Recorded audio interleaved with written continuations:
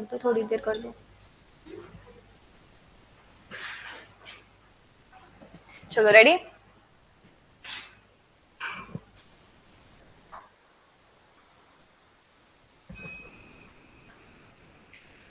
Hello everyone, good morning and welcome to CS executive. कैसा लग रहा है आपको? बहुत अच्छा, ठीक है चलो। अच्छा, अभी आपने सी सेट वाला लेवल क्रॉस किया होगा।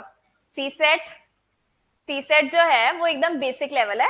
अब तुम मानो जो अपना सीएस है ना, वो इसी लेवल से स्टार्ट होता है, ठीक है। तो सीएस के 3 लेवल्स होते हैं। सीएस डबलईटी जो सबसे फर्स्ट लेवल है, सेकंड कौन सा है हमारा CS executive, and then third कौन सा है हमारा सीएस प्रोफेशनल, ठीक है। तो अभी सीएस एग्जीक्यूटिव की अगर हम लोग बात कर लें, तो सीएस एग्जीक्यूटिव में जो हम पेपर स्टार्ट करने वाले हैं वो है हमारा पेपर नंबर 6। जो हम पेपर स्टार्ट करने वाले हैं वो कौन सा है? Paper number 6। पेपर 6 जो है उसका नाम है ECIPL। पेपर 6 का क्या नाम है? ECIPL, ठीक है। फुल फॉर्म की अगर हम लोग बात कर लें तो फुल फॉर्म है economic and commercial laws. Economic and commercial laws. And अगर हम लोग सेकेंड वाले टॉपिक की बात करें, अच्छा सेकेंड वाला टॉपिक आईपीएल नहीं है जो अभी टीवी पे आ रहा है, मैच वैच नहीं है। आईपीएल कौन सी लॉज है? Intellectual property laws. आईपीएल कौन सी लॉज है? इंटेलेक्चुअल प्रॉपर्टी लॉज, ठीक है। तो ये अपने पूरे सब्जेक्ट का नाम है। अच्छा, अगर हम लोग बात करें मॉड्यूल्स की, तो टोटल यहाँ पे सीएस एग्जीक्यूटिव में कितने मॉड्यूल्स होते हैं? Module 1 and module 2। तो मॉड्यूल 1 में जो हमारे टोटल पेपर्स है वो कितने रहेंगे? 4।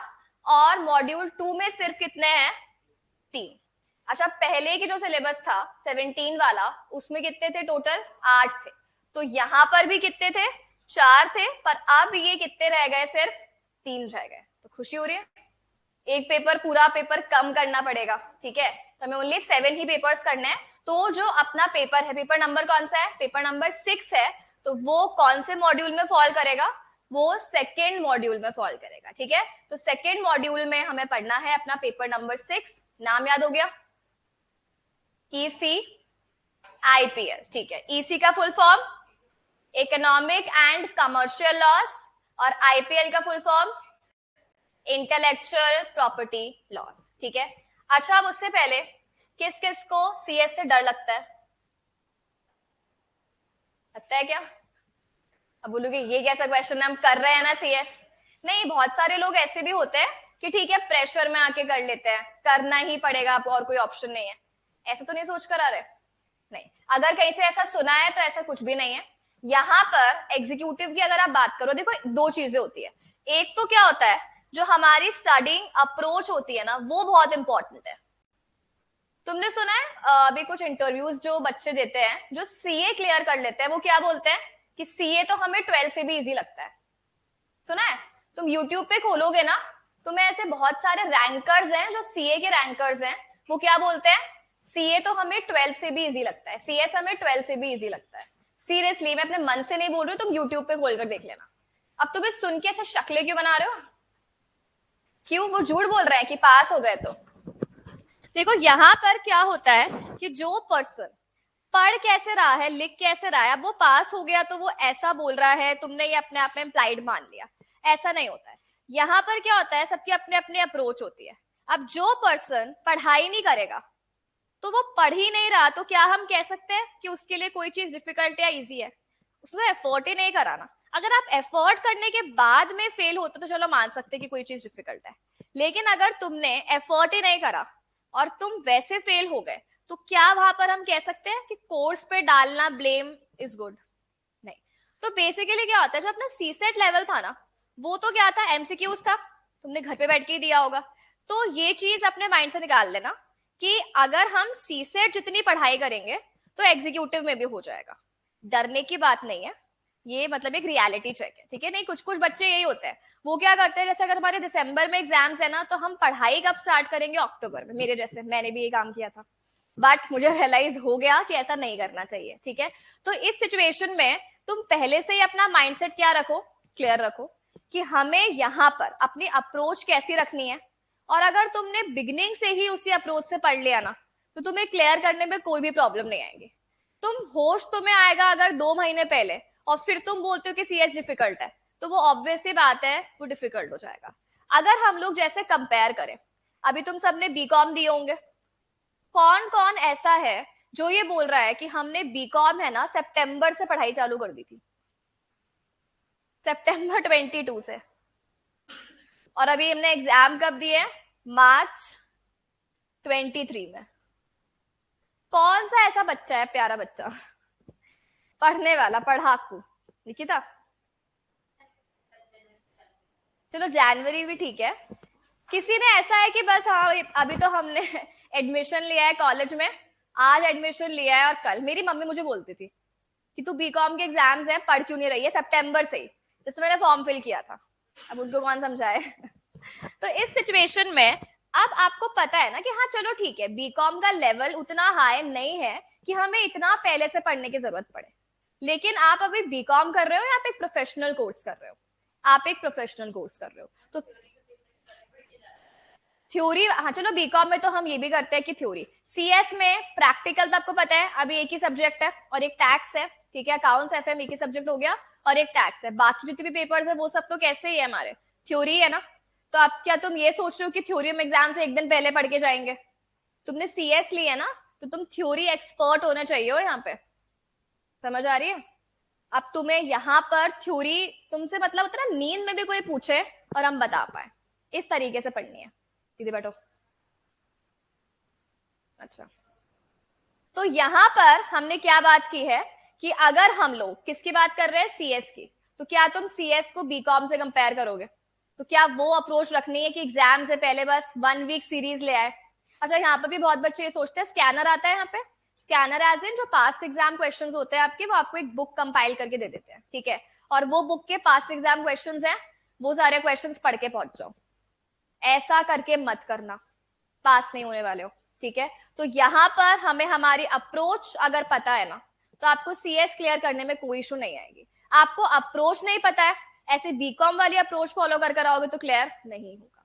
तो इसीलिए सबसे पहले हम पेपर को भी स्टार्ट करने से पहले क्या बात करने वाले कि हमें पढ़ना कैसे होता है, ठीक है, और उसके बाद में हम क्या स्टार्ट करेंगे, एक्चुअली जो अपना सब्जेक्ट है वो क्या सब्जेक्ट है और उस सब्जेक्ट का क्या कंटेंट है, ठीक है। तो सबसे पहले हम किसी बारे में बात कर रहे हैं, अप्रोच के बारे में बात कर रहे हैं। अच्छा, आप देखो, अगर हम लोग बात करें तो एक जो आपका रहेगा कंटेंट, वो किसका रहेगा, थ्योरी का, और एक किसका रहेगा, प्रैक्टिकल का। प्रैक्टिकल को पढ़ने की एक बात बताओ, क्या अप्रोच रहती है? क्या आप बिना प्रैक्टिस किए एग्जाम में सम सॉल्व कर आ सकते हो क्या? आप बोलो हमने बस आज क्लास में पढ़ लिया और दिसंबर का पेपर होगा तो हमें याद आ जाएगा, अच्छा इस दिन की क्लास में हमने ये सम जो है वो ऐसे ऐसे सर ने यहाँ पे लिखा था, यहाँ एरो बनाया था, या टिक किया था, या इक्वल्स का साइन लगाया था, याद आ जाएगा क्या? तो तुम ये कैसे मान सकते हो कि तुमने थ्योरी जो पढ़ी है आज क्लास में वो तुम्हें एग्जाम में एज इट इज याद आ जाएगी? चलो याद आ भी गई, तो क्या ये श्योरिटी है कि तुम उसको एज इट इज वहां पर लिख कर आ सकते हो कि तुम्हारा इतना अच्छा माइंड है? चिट्टी हो तुम, चिट्टी जानते हो क्या, वो जो रोबोट है ना, हाँ, वो तो क्या करता था, ऐसे बुक को एकदम ऐसे ऐसे ऐसे करके बस हो गया। तो तुम तो वो नहीं हो ना, वो पावर्स हमारे पास में नहीं है। तो यहाँ पर आपको इस सिचुएशन में क्या काम करना है, सबसे पहले एक ये चीज माइंडसेट में अपने डाल लो कि तुम अगर यहाँ पर पढ़ के और एक बार घर पे पढ़ के एग्जाम में पहुंच जाते हो मुंह उठा के, मार्क्स आएंगे क्या? नहीं आएंगे। और ये जो बच्चे बोलते हैं ना कि सीएस वाले पास नहीं होते, ये नहीं करते, वो उनकी अप्रोच ही खराब होती है, उनको लिखना ही नहीं आता। एक बात बताओ, मैं अगर तुम्हें यहाँ पर ये बोलूं कि मैंने तुम्हें सब कुछ पढ़ा दिया, अब तुम है ना यहाँ पर आकर मुझे एक्सप्लेन कर दो, तुम मुझे बोल रहे हो हमें सब कुछ समझ तो आ गया है, आप है ना पूछो मत, दिमाग खोल के देख लो कि हमारे माइंड में गया है नहीं गया, तो तुम्हें क्या बोलूंगी, डॉक्टर के पास जाओ, क्या फालतू की बातें हैं ये? क्या मैं तुम्हारा माइंड खोलकर पढ़ सकती हूँ क्या? नहीं।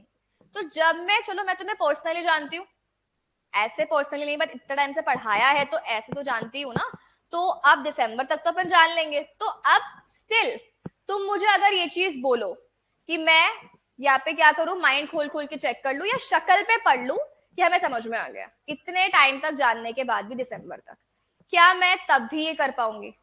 तो तुम एक चीज बताओ, जब तुम एग्जाम में बैठोगे, जाकर पेपर अटेम्प्ट करोगे, तब क्या तुम्हारे लिए पॉसिबल होगा? क्या तब क्या ये पॉसिबल होगा कि तुमने जो पढ़ा है क्लास में वो एग्जामिनर तुम्हारी शक्ल देख के समझ जाए? वो तो वहां पर होगा भी नहीं कॉपी चेक करने वाला, या तुम ऐसे उल्टे फुल्टे आंसर्स लिख कर और वो समझ जाए वहां पे? क्या वो ऐसा कर सकता है? नहीं कर सकता है। क्यों? वो तुम्हें वहां पर क्या बोलेगा? वो तुम्हें वहां पर क्या कहेगा कि अगर तुम्हें सब कुछ आता है पर तुम वो आंसर को लिखकर ही नहीं आ सकते हो, प्रेजेंट ही नहीं कर सकते हो, तो तुम्हें मार्क्स देगा क्या? वो ना तुमसे मिला है, ना वो तुमसे कभी मिलेगा, और मिलने के बाद भी तुम्हारी शक्ल देखकर तुम्हें मार्क्स नहीं देगा। तो ये गलत में तो मत रहना, मैं बहुत सुंदर हूँ या मेरे पापा ये है मैं बताती हूँ उसको कैसे मार्क्स नहीं देगा। तो ऐसे काम तो हमें करने नहीं है।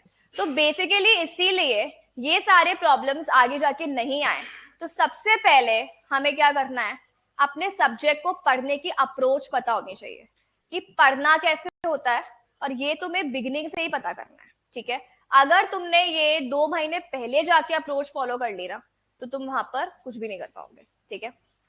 चलो, अब अगर हम लोग बात करते हैं अप्रोच की, सबसे पहले कोई भी टॉपिक होगा तो टॉपिक को हम क्या करेंगे, पैरेट बनेंगे और रटेंगे। क्या बोल रहे हो ये? क्या करेंगे? किस किस को पैरेट बनने का शौक है कि बस कुछ भी पूछो चालू हो जाएंगे, बस आपको द बता दो आगे का, और द बताते ही चालू हो गए हम तो एंडिंग तक। ऐसे होते हैं बहुत लोग, फर्स्ट वर्ड बताना, सेकंड बताना, बताते बस चालू हो जाएंगे, और जब तक वो पैराग्राफ खत्म नहीं होगा रुकेंगे नहीं। और अगर उनको बीच में टोक दिया और उनको बोलो कि बीच में से स्टार्ट कर, बता पाएंगे क्या? फिर वो वापस बिगिनिंग से स्टार्ट करेंगे, जीरो से। तो क्या ये चीज सही है? हमें पैरेट्स बनना है क्या? फिर तुम्हारे सामने सीएस नहीं लगाया जाएगा, क्या लगाया जाएगा? पैरेट सीएस और जो भी तुम्हारा नेम है। ठीक है? तो वो हमें नहीं करना है।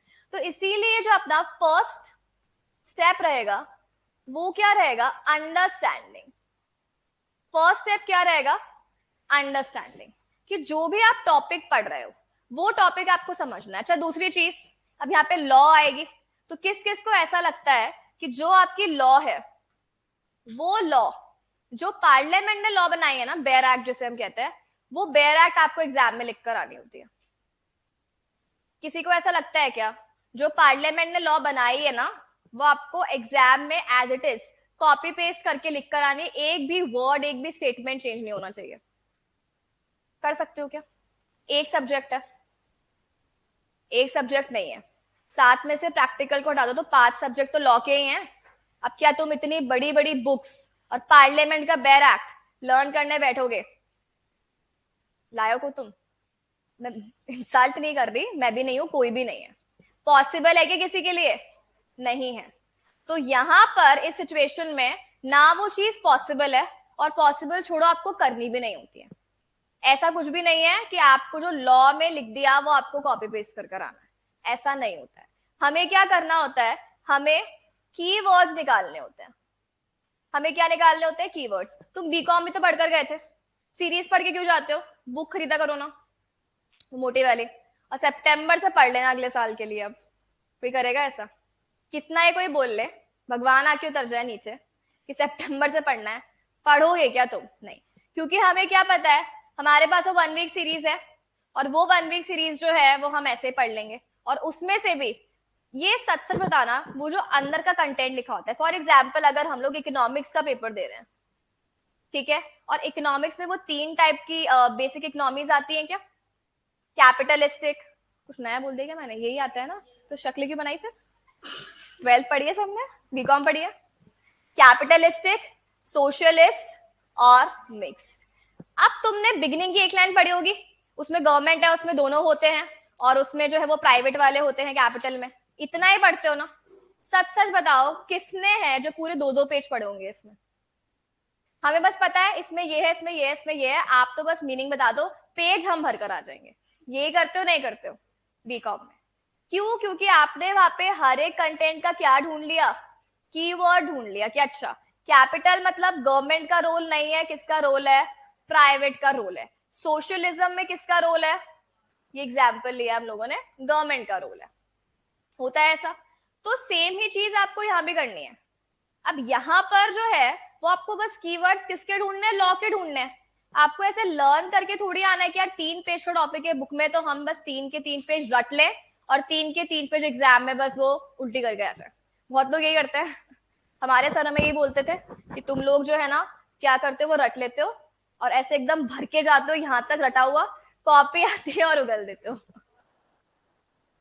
हाँ, ऑलमोस्ट बहुत सारे लोग ऐसे बोलते हैं। तो ये काम हमें यहाँ पे नहीं करना है। ये काम लोग करते हैं ना रटने वाला, तभी वो क्लियर नहीं करते हैं। अब वो रट के गए हैं, यहां से लेके यहां तक लिखना है, क्वेश्चन उल्टा पूछ लिया उसने, तो तुमने रट के गए थे पॉजिटिव सेंस में कि अच्छा ऐसा ऐसा ऐसा होता है, उसने क्वेश्चन ही उल्टा पूछ लिया, तो तुमने तो नॉट लगाया ही नहीं कहीं पे, सब कुछ लिखकर आ गया पॉजिटिव। इसीलिए हमें ये सब चीजें पता होनी चाहिए। तो हमें क्या दो काम करने हैं। सबसे पहले हमें क्या करना है? अंडरस्टैंडिंग को बढ़ाना है। दूसरी चीज हमें क्या करनी है? कीवर्ड्स को फाइंड आउट करना है। ठीक है, अगर आपको ये दोनों चीजें स्ट्रांग हो गई ना, तो आधा काम तो हमारा यही खत्म हो जाता है। अंडरस्टैंडिंग स्ट्रांग हो गई और कीवर्ड स्ट्रांग हो गए, तो आधा काम तो यही हो गया। अब आपको नेक्स्ट क्लास में ही हम क्या करेंगे? उसके नोट्स बनाएंगे। क्लास में ही हम क्या करेंगे? उस टॉपिक के नोट्स बनाएंगे। नोट्स कैसे? Hand written. नोट्स कैसे बनाएंगे? Hand written notes. किस किस को लग रहा है नोट्स नहीं बनाएंगे हमारे प्यारे प्यारे हाथ, इतनी मेहनत नहीं हो ही नहीं सकती हमसे, तो जा रहे हैं हम तो, लग रहा है ऐसा? क्यों?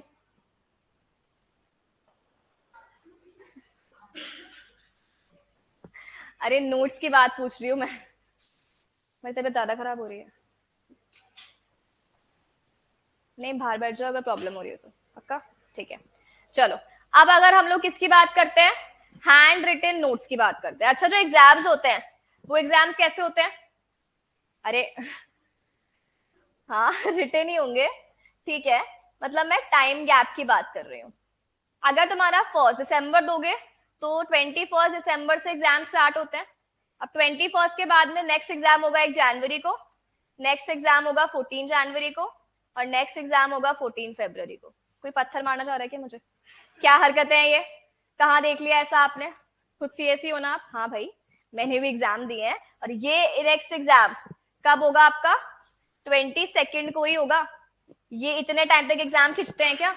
21 से लेकर 31 तक तो एग्जाम खत्म है, और फेब में तो आपको रिजल्ट भी आ जाता है। तो इस सिचुएशन में जब आपका एग्जाम नेक्स्ट डे हो रहा है, तो एक बात बताओ, क्या आपके पास 24 आवर्स भी अवेलेबल है क्या? आपके पास 24 आवर्स भी अवेलेबल नहीं है। एग्जाम देकर आओगे, घर आओगे, 2 से 5 का टाइम होगा दिसंबर में, 5 बजे छूटोगे, डिस्कशन करोगे, तेरा क्या हुआ तेरा क्या हुआ। ये नहीं करना होता है वैसे तो, बट ठीक है थोड़ा बहुत हम कर लेते हैं। चलो 5:30 बज गए, 5:30 बजे निकलोगे, बहुत ट्रैफिक होगा, घर आओगे 6 बजेंगे, चाय पियोगे, थोड़ा पसरोगे बेड पे, 7 बज गए। यार पसरना इंपॉर्टेंट है, थोड़ा रेस्ट चाहिए होता है, नींद नहीं करोगे बट एटलीस्ट कमर सीधी करोगे ना। वो 3 घंटे बैठे हो तुम वहां पर, और इतनी गंदी तो बेंचेस होती हैं, सहारा भी नहीं होता वहां पे। तो अब वहां पे उस सिचुएशन में 7 बज गए। अब 7 बज गए तो 7 बजे के बाद तुम पढ़ना स्टार्ट करोगे। क्या तुम 7 से लेकर अगले दिन के 2 तक पढ़ोगे क्या? 2 बजे एग्जाम स्टार्ट होगा नेक्स्ट डे। क्या तुम 7 से लेके नेक्स्ट डे 2 बजे तक पढ़ोगे? कब तक? 1, 12? नहीं पढ़ोगे? या रात को सोओगे ही नहीं? कौन कौन ये सोच रहा है हम रात को नहीं सोएंगे? नहीं, अगर तुम सोए नहीं ना, तो तुम एक चीज देखो, सुनो, ये एक दिन का एग्जाम नहीं है कि तुम एक दिन नहीं सोओगे। ये है ना कंटिन्यू 9 एग्जाम्स होते हैं, 8 एग्जाम्स होते हैं, और तुम्हारे 7 हो जाएंगे अब। तो 7 दिन भी कम नहीं होते हैं। तुम क्या 7 दिन बिना नींद के सरवाइव करोगे क्या? और ये भी मत सोचना कि 2-2 घंटे की नींद बहुत होती है। 5 घंटे तो सोना ही सोना है। क्योंकि तुम ये चीज देख लो, अगर तुमने अपनी बॉडी को एग्जॉस्ट कर दिया ना, तो माइंड तो ऑटोमेटिकली एग्जॉस्ट हो जाएगा वहां पे। लिख कर कैसे आओगे? तो इस सिचुएशन में क्योंकि हमारे पास में टाइम कम होता है, तो हमें यहाँ पर क्या करना होता है? हैंड रिटन नोट्स की रिक्वायरमेंट पड़ती है। अब तुम बोलो इतना सा टाइम है, हमें सोना भी है, खाना भी है, पीना भी है, गॉसिप भी करने थोड़ी बहुत, तेरे कितना हो गया? तो इस सिचुएशन में अब मैं तुम्हें बोलूं 800 पेज की बुक पढ़नी है, इतने से टाइम में 800 पेज की बुक पढ़नी है, पढ़ लो, पढ़ सकते हो। सुन के ही तुम्हें चक्कर आ रहा है, आ रहे नहीं आ रहे, डरने की बात नहीं है। नहीं, बेसिकली ये चीजें क्या होती है, हमें एकदम ना एंड में जाके रियलाइज होती है। अब आपको ये रियलाइज ही 2 महीने पहले हुई है, तो अब थोड़ी आप नोट्स बना सकते हो। ये चीजें आपको पहले पता होनी चाहिए, तभी आप बिगनिंग से ही क्या करोगे, पढ़ना स्टार्ट करोगे, और बिगनिंग से ही क्या बनाओगे, नोट्स बनाओगे। एंडिंग में पता करके फिर रिग्रेट ही होता है। तो इससे अच्छा पहले से पता हो हमें, तो हम पहले से ही उतना एफर्ट कर लेंगे ना। समझ आ रही है चीजें? तो यहाँ पर हमें क्या करना है, हैंड रिटन नोट्स बनाना है। अब आपको एक जगह पे 800 पेज पढ़ने हो और आपको एक जगह पे सिर्फ 80 पेजेस पढ़ने हो, 80 to 100 के बीच में, क्या बेटर है? 80 to 100 है ना, इसीलिए हमें हैंड रिटन नोट्स बनाने हैं। थ्योरी में तो तुम्हें ये हमेशा करना ही होता है, कोई भी सब्जेक्ट ले लो। तो हमारे सब्जेक्ट के जो हम नोट्स बनाएंगे वो हम यहाँ क्लास में ही बनाएंगे। जो भी टॉपिक है उसको समझने के बाद में हम उसके क्या बना लेंगे, यहीं का यहीं नेक्स्ट नोट्स बना लेंगे। तो क्या दोनों स्टेप्स क्लियर है? फर्स्ट स्टेप क्या हुआ, टॉपिक की अंडरस्टैंडिंग हो गई, या तोते हो? पैरट नहीं बनना है, ह्यूमंस है हम लोग, ठीक है। तो अब यहाँ पर हमें सेकंड क्या करना है, उसके हैंड रिटन नोट्स बनाने हैं, ठीक है। इसके बाद में चैप्टर कंप्लीट होगा। चैप्टर कंप्लीट होने के बाद में हम करेंगे डिस्कस उसके past exam questions.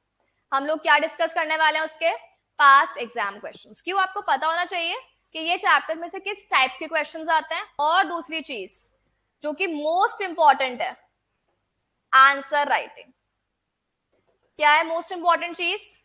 Answer writing. बहुत सारे लोग, जो अभी हमने एग्जाम्पल भी लिया था, आपको समझ आ गया पर आप सामने वाले को बता नहीं पा रहे हो, तो क्या वो आपको मार्क्स देगा? नहीं। हमने टॉपिक को समझ लिया पर हम एग्जाम में जाके उसको प्रेजेंट नहीं कर पा रहे हैं, हमारी आंसर राइटिंग नहीं है। सीएस में 99% बच्चे फेल ही क्यों होते हैं? कंसेप्ट की वजह से नहीं होते हैं, वो लिख नहीं पाते, इस वजह से फेल होते हैं।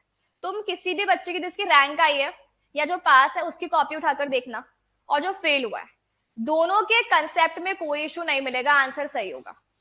प्रॉब्लम किस में आएगी? प्रेजेंटेशन में। जिसकी रैंक आई है, क्या वो कुछ ऐसा भगवान से कंटेंट लेकर आया है क्या? या कोई नई लॉ बनाई है क्या उसने? नहीं, लिखा उसने भी वही है, बाकी सब भी तो वही पढ़ते हैं, वही लिखा है, पर तरीका, अगर आपको प्रेजेंट करने का तरीका नहीं आता है तो आप पास नहीं हो सकते हो। और दूसरी चीज यहाँ पर हमें अंडरस्टैंडिंग का रेशियो और आंसर राइटिंग का रेशियो सबको पता होगा कितना कितना रखना है, 50-50 रखना है। कितना रखना है? 50-50। अब तुम ये बोलोगे नहीं हम तो 90-10 रखने वाले हैं, हम मेन फोकस करेंगे किस पे, समझने पे। लिख तो हम लेंगे 2 आंसर्स, तुमने इतने महीने किस में लगा दिए? समझने में। और तुमने सिर्फ और सिर्फ 2 हफ्ते 1 हफ्ता किस में लगाया? लिखने में। ये चीजें बोलो प्रैक्टिकल में करनी है, प्रैक्टिस मत करो, 1 हफ्ते में प्रैक्टिस कर लेना, बाकी सुन लो। सही है क्या? नहीं। तो ये चीज यहाँ पर भी एप्लीकेबल है। आपको क्या करना है यहाँ पे? आंसर राइटिंग प्रैक्टिस भी करनी है, ठीक है। तो अपना थर्ड स्टेप क्या रहेगा? Answer writing. अच्छा, इसके बाद में जैसे ही अपना चैप्टर हो गया, हम उसका क्या करेंगे? रिविजन।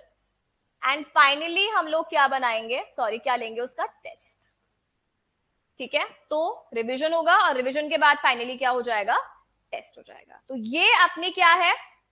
अप्रोच। अभी हमने सब्जेक्ट नहीं स्टार्ट किया, अभी हमने क्या स्टार्ट किया कि आपको पढ़ना कैसे है और उसकी रीजनिंग। तो तुम्हें बोल देती कि नोट्स बनाने हैं तो तुम मानते? बोल लो नहीं बनाएंगे, क्या कर लोगे? अब मैं घर आके तो तुमसे नोट्स नहीं बनवा सकती हूँ ना। अब तुम्हें रीजन पता है ना, ठीक है। अब किसी को ये लग रहा नहीं हम छोटे बच्चे हैं क्या, जब आंसर आपको लिख कर दिखाएंगे।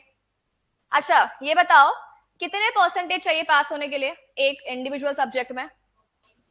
40 चाहिए। और एग्रीगेट कितना परसेंट चाहिए? एग्रीगेट आपको चाहिए होता है 50। हर सब्जेक्ट में आपको 40-40 मार्क्स चाहिए, और पूरे ग्रुप के मिलाकर आपको कितने चाहिए होंगे? 50%, ठीक है। जैसे अगर पूरा ग्रुप 400 का है तो आपको मिनिमम कितने चाहिए? 200 तो आपको चाहिए चाहिए, ठीक है।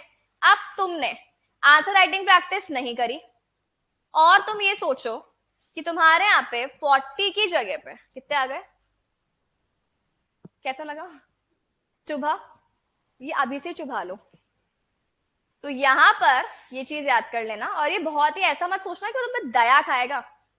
वो पूरी खुंदस है ना अपने घर की, अपनी बीवी की, बच्चों की, पूरी फैमिली की, ताऊजी वाऊजी सबकी तुम पे निकालेगा आके। ठीक है, तो इसीलिए हमें उसको इतना खुश कर देना है कि ये सोचे मेरी बीवी इतनी बेकार है कितनी मतलब उस अकॉर्डिंग नहीं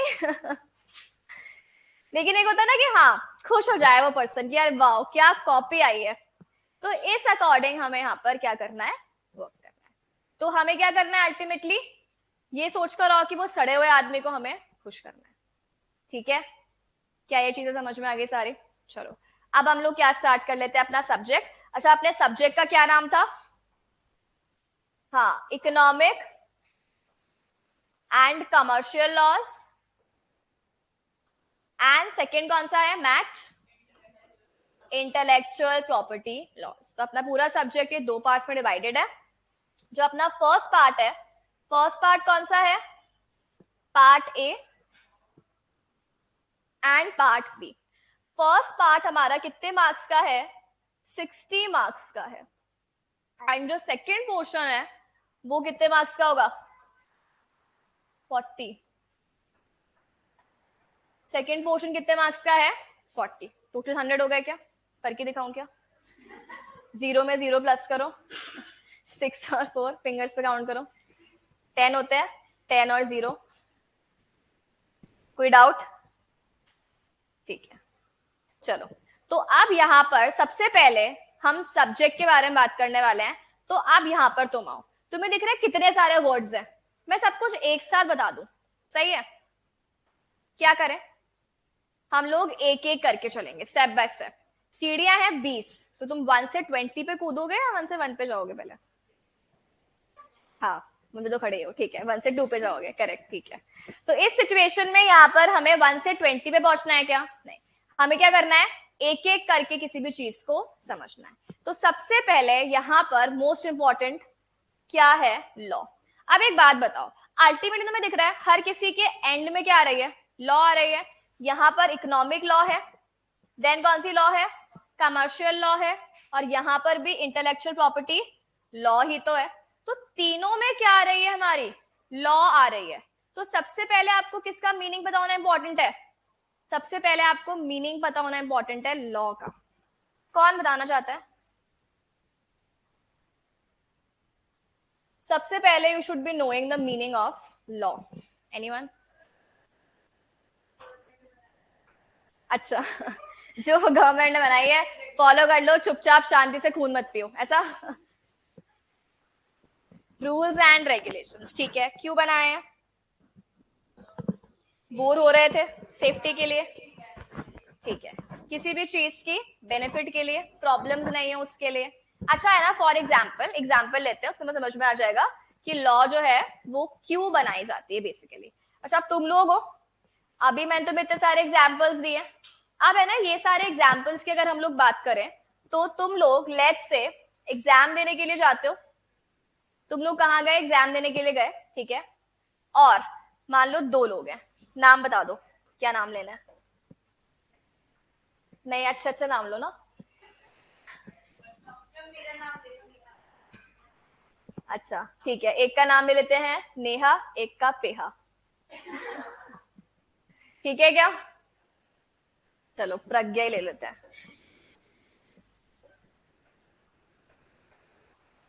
हाँ, नेहा और प्रज्ञा। प्रज्ञा कौन है? आप, ये, अच्छा ठीक है। तो अब है ना ये 2 लोग हैं, ठीक है, दिखने में तो एकदम सीधी सादी हैं, नहीं, ठीक है चलो अब है ना ये दोनों लोग, अच्छा अपन क्या पढ़ रहे हैं? लॉ क्या होती है वो पढ़ रहे हैं, है ना? उसके लिए तुम बताना अब इस एग्जाम्पल से कि लॉ क्या होती है और क्यों चाहिए। अब ये नेहा और प्रज्ञा जो है, इन लोगों ने है ना पढ़ाई करी, एक साथ पढ़ाई करी, ठीक है, इक्वल। अब ये दोनों कहाँ गई? एग्जाम में गई। एग्जाम देके वही, अभी अपन ने टाइमिंग क्या लिया था? 2 से 5 का हमारा टाइमिंग था। अब ये जो हमने टाइमिंग लिया है, इस टाइम पे 5 बजे नेहा जो थी ना वो तो डॉट 5 बजे बाहर मिल गई, ठीक है, लेकिन जो प्रज्ञा थी वो प्रज्ञा 5:15 तक आई। अब जो डॉट 5 बजे बाहर मिला है मतलब उसका पेपर जल्दी हुआ होगा, नहीं हुआ होगा? नेहा ऑफेंड नहीं होना है, उसका पेपर हम एग्जाम्पल ले रहे हैं कि जल्दी हो गया था, ठीक है। और प्रज्ञा का पेपर एग्जैक्टली कब हुआ होगा? 5 बजे छीनी गई होगी उससे कॉपीज। मेरे साथ यही होता था, छीनी जाती थी मुझसे। तो अब इस सिचुएशन में उसका पेपर एकदम डॉट हुआ है ना।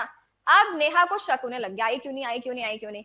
फिर है ना, जैसे ही नेहा को दिखी प्रज्ञा, पहले भाग भाग के उसके पास गई और प्रज्ञा के मुंह पे उसके 32 दांत दिख रहे थे, इतनी इतनी बड़ी स्माइल। और नेहा का मुंह कैसा था? ऐसा, ठीक है। अब है ना, प्रज्ञा ने नेहा को देख लिया तो प्रज्ञा ने अपना मुंह बंद कर लिया, अनका चलो ठीक है घर जाके हंसूंगी। अभी नहीं हंसते हैं, मूड खराब है। तो ऐसे ही पूछा क्या हुआ, कैसे हुआ। तो इस सिचुएशन में प्रज्ञा ने क्या बोला कि आज जो अपन ने क्वेश्चंस पढ़े थे ना वो एग्जाम में नहीं आए, ऐसे ऐसे करके मेरा पेपर अच्छा नहीं हुआ। प्रज्ञा चुप खड़ी है। तो अब नेहा बोलती है कि कुछ बोल ना, सेम ही तो पढ़ के गए थे हम लोग, तो तुझे भी नहीं आ रहा होगा। तो प्रज्ञा बोली नहीं यार मुझे आ तो नहीं रहा था, पर मैंने क्या करा वहां पर, मैंने लिख तो दिया। इसका मतलब रिलेट करके कुछ भी करके मैंने अपना पेपर पूरा अटेम्प्ट कर दिया। और मुझे क्या लग रहा है कि मेरे मार्क्स आ जाएंगे, पास तो हो जाऊंगी, 40 तो मेरे कहीं पे भी नहीं गए। इसीलिए प्रज्ञा के क्या दिख रहे थे, 32 ही। और प्रज्ञा के 32 ही रीजन ये भी था, बाकी लोग जो थे वहां पर उनके मूड खराब थे। तो उसको क्या लगा, ये लोग तो कुछ भी नहीं लिख कर आए हैं, मैं एटलीस्ट लिख कर तो आई हूँ। नेहा को ये सुन के क्या लगा होगा? झटका, झटका लगेगा। नेहा गई भाग भाग के, उसको ऐसे आस पड़ोस में एक डंडा दिखाई दिया। बहुत ऐसा बड़ा सा, वो जो लोहे का नहीं होता। भाग भाग के गई, भाग भाग के। और ये उठाया डंडा, सुनो। और एक तो मारा प्रज्ञा के सर पे तेज।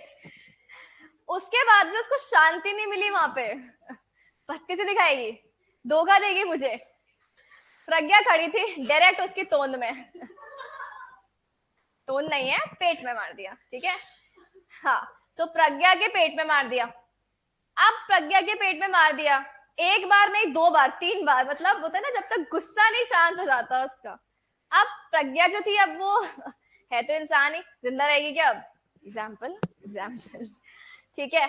अब प्रज्ञा को लेके गए हॉस्पिटल, ऐसे ऐसे करके हो गया प्रज्ञा का काम। बन गई सीएस प्रज्ञा।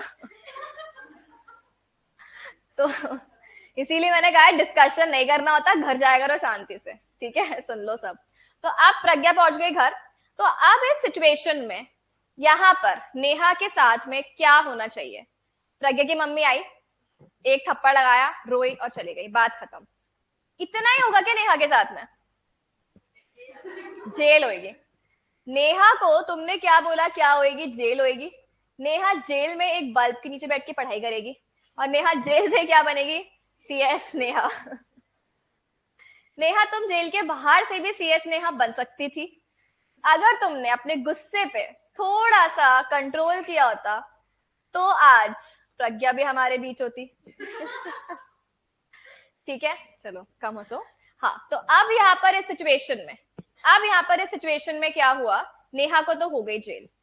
एक बात बताओ, यहाँ पर नेहा को अगर हम लोग ये बोलते कि नेहा तू किसी को भी मार ले, तेरे साथ हम लोग कुछ भी नहीं करेंगे, तो अब नेहा ने प्रज्ञा को मारा है, एग्जामिनर ने उसको फेल कर दिया, उसके घर पे जाएगी, उसकी बीवी को भी मारेगी, तेरी हिम्मत कैसे भी, मूड कैसे खराब किया इसका, तो वो खून खराबे करती ही रहेगी ना। तो क्या तुम्हें नहीं लगता है कि हमें नेहा जैसे खूंखार लोगों को कंट्रोल करना चाहिए, और उनको कंट्रोल करने के लिए हमें क्या बनाने चाहिए, कुछ ना कुछ रूल्स एंड रेगुलेशंस बनाने चाहिए। हमें कुछ ना कुछ क्या बनाने चाहिए, रूल्स एंड रेगुलेशंस। तो अब जो हमें ये वाले रूल्स एंड रेगुलेशंस बनाने चाहिए, अच्छा मैं बोल दूं नेहा मानना है तो मान, वरना भाड़ में जा। मानेगी वो? क्रिमिनल है, नहीं मानेगी। तो इसीलिए हमें इन रूल्स एंड रेगुलेशंस को अल्टीमेटली क्या करना है, मैंडेटरी करना है। हमें इन रूल्स एंड रेगुलेशंस को अल्टीमेटली क्या करना है, मैंडेटरी करना है। क्या ये चीज समझ में आई? आपको प्रॉब्लम पता है, प्रॉब्लम क्या है? नेहा जैसे गुस्सैल लोग, खूंखार लोग उल्टे सीधे काम नहीं करें, इसीलिए हमने उनको कंट्रोल करने के लिए क्या बनाई है, अलग अलग रूल्स एंड रेगुलेशंस। और वो रूल्स एंड रेगुलेशंस को हमने क्या किया है, मैंडेटरी किया है। मैंडेटरी किया है, इसका मतलब अब अगर नेहा ऐसे खून खराबे करती रहेगी तो क्या हम कह सकते हैं इफ नॉट फॉलोड तो उसके ऊपर क्या आ जाएंगे, पेनल प्रोविजंस आ जाएंगे, नहीं आ जाएंगे? आप छोटा मोटा काम किया है तो फाइन लग के चल जाता, पर इतना बड़ा काम किया, इतना बड़ा तो हाँ बेचारी, तो इतना बड़ा काम किया है तो अब क्या उसको जेल होगी, अब जेल में जाएगी, सुबह से रात तक पीसेगी चक्की, रात को करेगी पढ़ाई बेचारी, ठीक है? तो ऐसे करके उसके ऊपर क्या आ जाएंगे, पेनल प्रोविजन। क्या हम कह सकते हैं पूरा लॉ है, ये रूल्स एंड रेगुलेशन आपने बनाए हैं किसी चीज को कंट्रोल करने के लिए, नहीं मानोगे तो आपके ऊपर क्या लग जाएंगी, पेनल्टी। क्या ये ओवरऑल लॉ है या नहीं है? ये ओवरऑल क्या है, लॉ ही तो है। ये रूल्स एंड रेगुलेशंस क्या है, लॉ, जो किसी भी एक्टिविटी को गवर्न करने के लिए बनाया जाता है। क्या लॉ का मीनिंग समझ में आया? ठीक है, तो any rules and regulations which are formulated to, क्यों बनाया हमने, कंट्रोल या गाइड या रेगुलेट, और अगर आपने उसको नहीं फॉलो किया then you will be liable for consequences, penalty आ जाएगी, इम्प्रिजनमेंट आ जाएगा, तो इसको हम क्या बोलते हैं, लॉ। अच्छा, अब अगर हम लोग एक कंट्री की बात करें तो क्या हम कह सकते हैं कंट्री में लॉ बनाने का काम किसका है, किसका? या फिर ये आएगी प्रज्ञा ऊपर से, मेरे जैसा किसी और के साथ नहीं हो तो मैं लॉ बना देती हूँ पार्लियामेंट अपनी कंट्री, अच्छा रेगुलेट जो है गवर्नमेंट वगैरह कर रही है, अब वो गवर्नमेंट किसके थ्रू लॉ बनाएगी, पार्लियामेंट। तो पार्लियामेंट में सबसे पहले, अच्छा ऐसा है क्या कि आज आपने सोच लिया और कल लॉ बन जाएगा, नहीं, पहले ड्राफ्ट बनेगा जिसे हम कहते हैं बिल। सबसे पहले क्या बनता है, बिल, पानी का नहीं, लॉ वाला बिल है ये, बिल। फिर ये बिल किसके पास जाता है, पार्लियामेंट के बोथ हाउसेस, कौन कौन से हैं, सबने पढ़ी होगी सिविक्स, लोकसभा और राज्यसभा, पार्लियामेंट के ये दोनों हाउसेस के पास जाएगा। देन अप्रूवल के बाद ये कहां पर जाएगा, प्रेसिडेंट के पास, और प्रेसिडेंट इसके ऊपर क्या देगा, अपनी अप्रूवल या असेंट देगा, अगर उसको अच्छा लग रहा होगा तो, अच्छा लग रहा होगा मतलब ठीक है कंट्री के लिए। और फाइनली असेंट देने के बाद ये क्या बन जाएगा, एक्ट या फिर लॉ।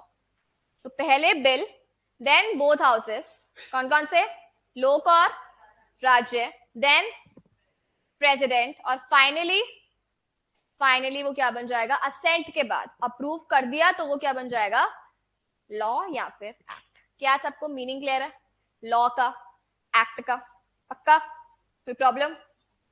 ठीक है, टाइम थोड़ी हुआ है, चलो थोड़ा सा और करेंगे। अच्छा, अब वापस से आ जाओ अपने सब्जेक्ट पे। सब्जेक्ट का क्या नेम था? सबसे पहले हम बात करते हैं किसकी, इकोनॉमिक लॉज की। क्या हमने इंडिविजुअली लॉ का मीनिंग पढ़ लिया, हमने लॉ का मीनिंग पढ़ लिया, अब हमें किसका मीनिंग पढ़ना है, अब हमें मीनिंग पढ़ना है किसका, इकोनॉमिक का। इकोनॉमिक सबने पढ़ी है पक्का, क्या होती है अच्छा ये मत पूछो पढ़ी है बस, क्योंकि वही कंसेप्ट हमने किया होगा ना, पैरेट्स वाला, ऐसा दिमाग में है बट बोल नहीं पा रहे अगेन चलो सेम, नहीं बोलना पड़ेगा, मैं नहीं मान रही, मैं लाऊंगी भी भाला वाला हाँ, इकोनॉमिक। अच्छा, इकोनॉमिक कोई भी एक्टिविटी अगर आप लेते हो तो क्या मैं कह सकती हूँ, कोई भी एक्टिविटी जो रिलेट कर रही है प्रोडक्शन से, हाँ आप क्या कर रहे हो, किसी भी चीज को प्रोड्यूस करते हो, मैन्युफैक्चर करते हो, देन खुद खा लेते हो, अरे कितना ही खाओगे खुद, बेचोगे भी तो, डिस्ट्रीब्यूट करोगे उसको लोगों में, और फाइनली जिस पर्सन ने खरीदा है वो उसको क्या करेगा, अल्टीमेटली कंज्यूम करेगा, तो कंजम्पशन। अब नेहा जी ने क्या किया था, पहले भाले वाला होगा, उसने वो भाला बनाया होगा, फिर भाला बना के वो अलग अलग लोगों को बेचा होगा उसने होलसेल में, फिर फाइनली वो आया होगा और फिर नेहा जैसे लोगों को मिला होगा फिर नेहा जैसे लोग उसको कंज्यूम करेंगे पर खुद नहीं खाएंगी, किसी और को कंज्यूम करवाएंगी, किसी और को कंज्यूम करवाएंगी, ठीक है? तो ये जो एक्टिविटी है, क्या हम कह सकते हैं ये पूरी एक्टिविटी किस में आएगी, इकोनॉमिक एक्टिविटी में आएगी। ये एक्टिविटी किस में आएगी, इकोनॉमिक एक्टिविटी में आएगी। अच्छा, अब तुमने देखा इस एग्जाम्पल में नेहा ने जो काम किया तो वो इकोनॉमिक एक्टिविटी है। गवर्नमेंट बोलती है हाँ करो, इससे अपनी कंट्री को बेनिफिट होगा, इनकम आएगी।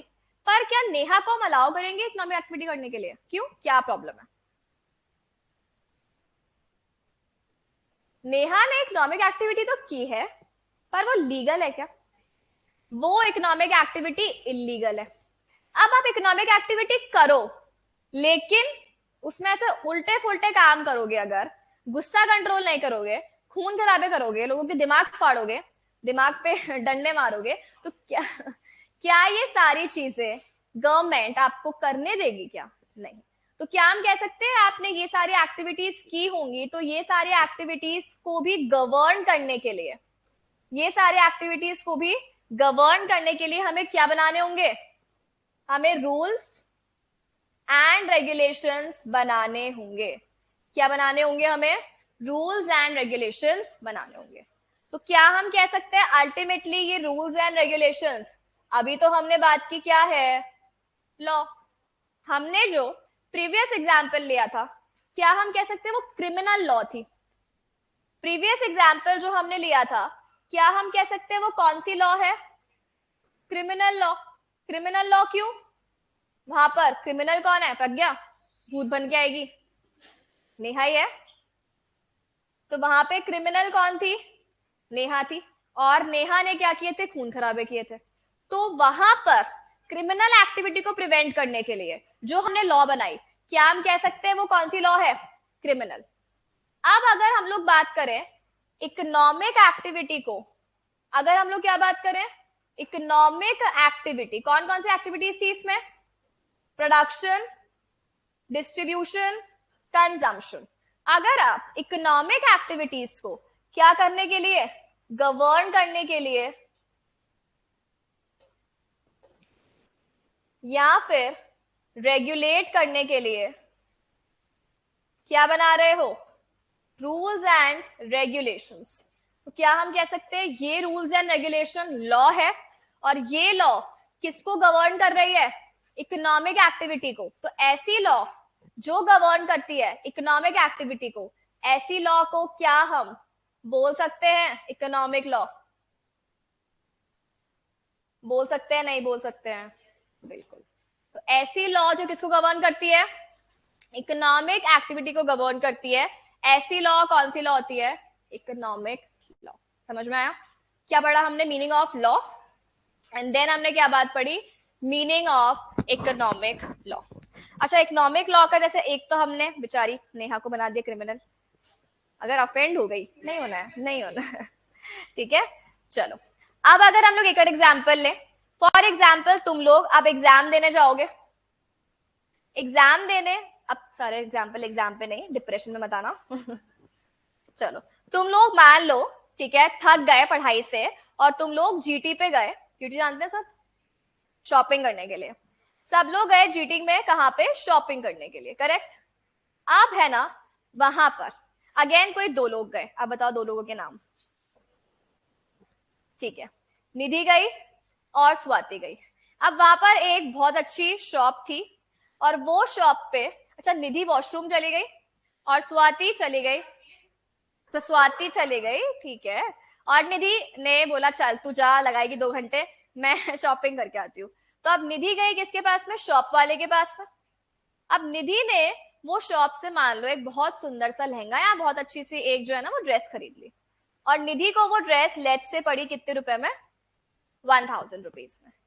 जैसे ही निधि, सॉरी स्वाति बाहर आई और उसने देखी निधि के ऊपर वो ड्रेस ट्राई करके देख रही थी वो, और उसको इतनी पसंद है, इतनी पसंद आई, बोले उतार मुझे दे अभी के अभी। बोले शांति रख ले, वो रही शॉप, लेकर आ जा। तो फिर स्वाति भाग भाग के गई उसी शॉप वाले के पास में, और वो शॉप वाले से बोला वो ड्रेस चाहिए सेम टू सेम। वो लेकर आया और बिल बना के दिया 1 लाख रुपए। कितना बिल बना के दिया? 1 लाख रुपए का बिल बना के दिया। अब सही है, स्वाति क्या करेगी? अब डंडा नहीं, अब खून खराबा नहीं। पर क्या ये चीज सही है? नहीं।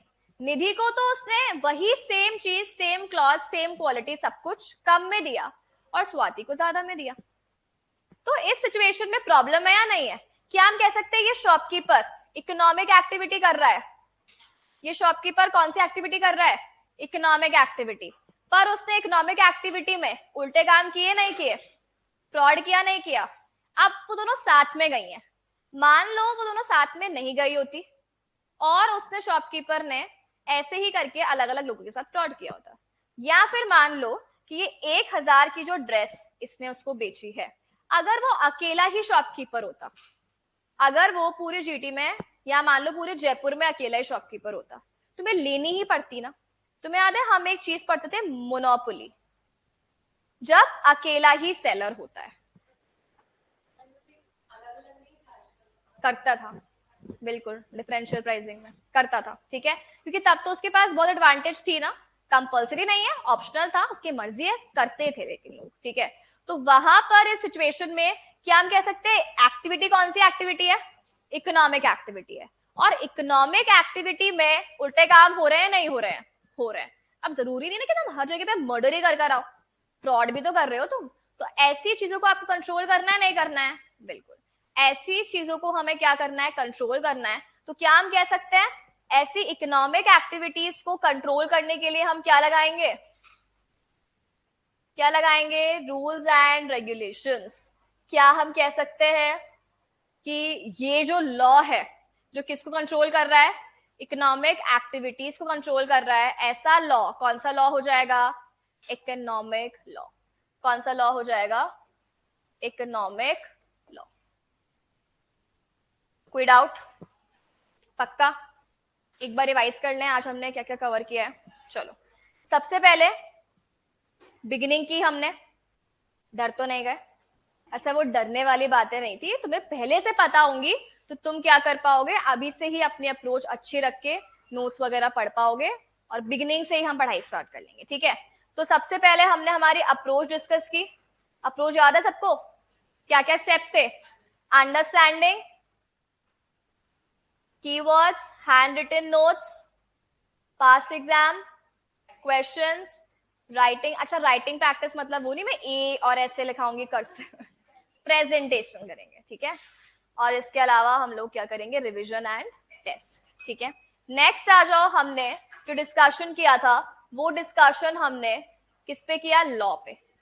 बताओ मैं लॉ को कैसे लिखूं, यहाँ पे स्टेटमेंट बनाओ अपने आप बिना पैरट बने।